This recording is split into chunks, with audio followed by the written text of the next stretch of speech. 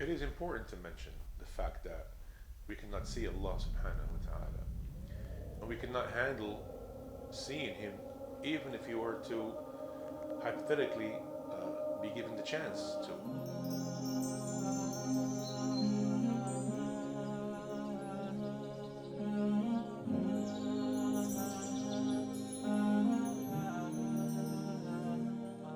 One of the major reasons for people worshiping idols, the fact that they want to worship something tangible that they can imagine, they can see and feel. Hence the merit that Allah subhanahu wa ta'ala gave to those that believe in the unseen. The ones that believe in Allah while they have not seen Him. They believe in the prophets and the messengers such as Noah and Abraham and Moses, Jesus, Muhammad, peace be upon all of them, among many other prophets and messengers while they have not seen them. They believe in paradise and the hellfire while they have not seen them. And they believe that there will be a day of reckoning while they have no way of confirming that fact. That is why Allah subhanahu wa ta'ala said in Surah Al-Baqarah, the chapter 2 of the Heifer, Alif Lam Mim, that is the book about which there is no doubt, a guidance for those who are conscious of Allah, meaning the people of piety, the pious ones. Who are they, O Allah? The first criteria, the ones who believe in the unseen. That's the very first criteria that Allah subhanahu wa ta'ala gave.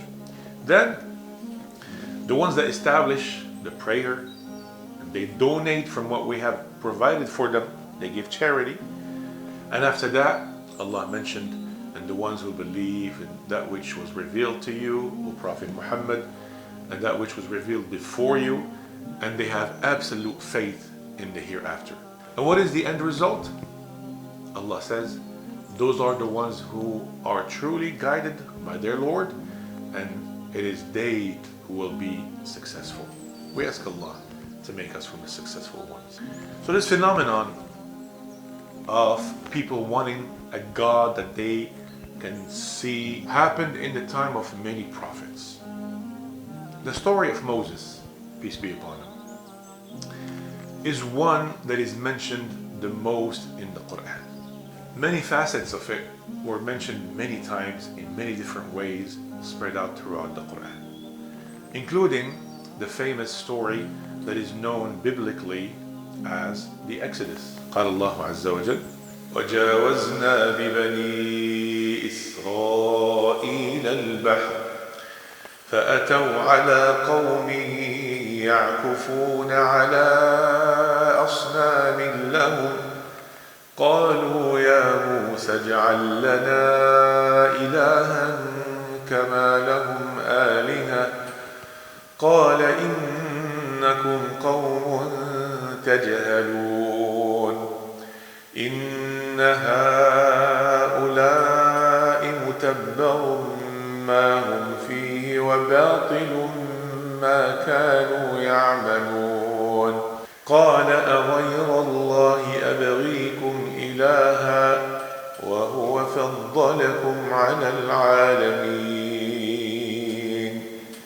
Allah said, we brought the children of Israel across the sea, and they came upon a people devoted to idols, a people that had idols that they worshipped. Allah goes on to say, they demanded, "O Moses, make for us a God like they have gods." He replied, meaning Moses, he replied, "Indeed, you are a people acting ignorantly. Indeed, those worshippers, destroyed is that which they are engaged in, and worthless is whatever they are doing." He added, "Shall I seek for you a God other than Allah, while He honored you above the others?" And it looks like they did not listen to Moses, peace be upon him.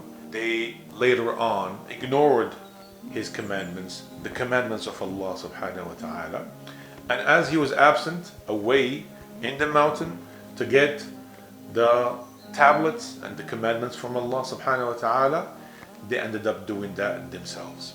Allah said it in the Quran, وَاتَّخَذَ قَوْمُ مُوسَى مِن بَعْدِهِ مِنْ حليهم عجلا جسدا له خوار ألم يروا أنه لا يكلمهم ولا يهديهم سبيلا اتخذوه وكانوا ظالمين ولما سقط في أيديهم ورأوا أنهم قد ضلوا قالوا لئن لم يرحمنا ربنا ويغفر لنا لنكونن من الخاسرين.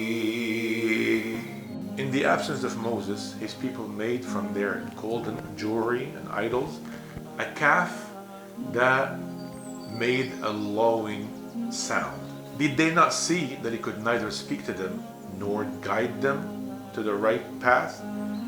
Still, they took it as a god and they were wrongdoers. Later, when they were filled with remorse and realized that they've gone astray, they cried out and said, "If our Lord does not have mercy on us and forgive us, we will certainly be from the losers."